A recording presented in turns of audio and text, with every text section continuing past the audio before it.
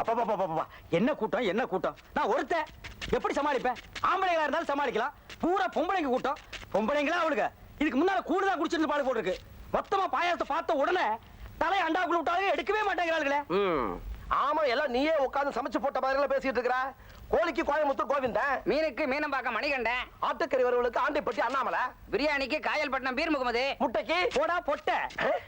இவங்க எல்லாம் தனித்தனியா தாண்டா சமையல கெட்டிக்காரனுங்க. நான் அத்தனையும் மொத்தமா சேர்த்து சகலகலா சமையல்காரன்டா. என் சமையலை சாப்பிட்டு கணிசாமி அம்மா நாளைக்கு கோழி மீன் காடை கவுதாரி முட்டை செய்யணும்.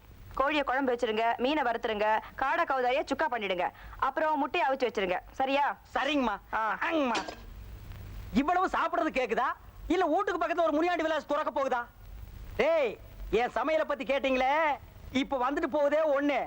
அது இந்த வீட்டுக்கு வர்றதுக்கு முன்னாடி எப்படி இருந்தது தெரியுமா? மோர் ஊத்தி வைக்கிற மக்கு மாதிரி இருந்தது. இப்போ பீர் ஊத்தி வைக்கிற ஜக்கு மாதிரி இருக்குது.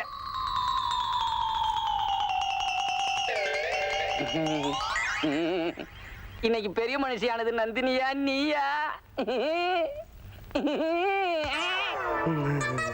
என்ன அழகு, என்ன அழகு. இஸ்திரி பொட்டி, இவனுக்கு வாசிக்கிறது கேட்டு நீ ஏமாந்துறாத. எப்பவுமே உண்மை பேசுற என்ன நம்பு.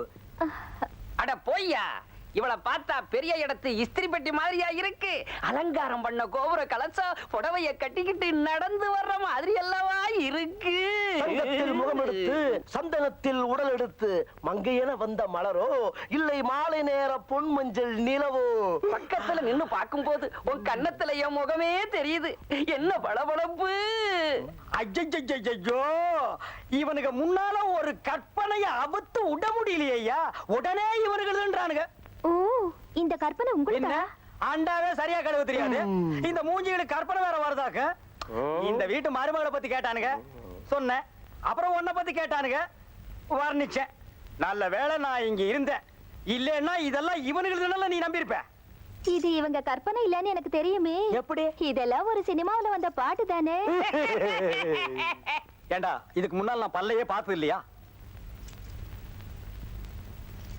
என்ன இருந்தாலும் நீங்க சொல்லும் போது எனக்கு பெருமையா இருக்கு.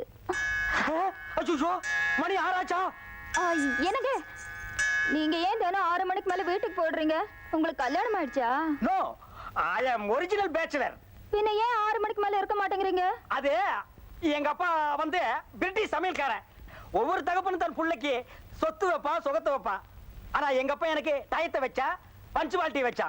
மகனே, 1 கோடி ரூபாய் கொடுத்தா கூட 6 மணி 5 நிமிஷத்துக்கு மேல நீ எந்த இடத்துலயும் வேலை செய்யக்கூடாது, 6:15 வீட்டுக்குள்ள ஓடி போய் பூந்துக்க அப்படின்னு சத்தியம் ஆகிட்டு செத்து போயிட்டா.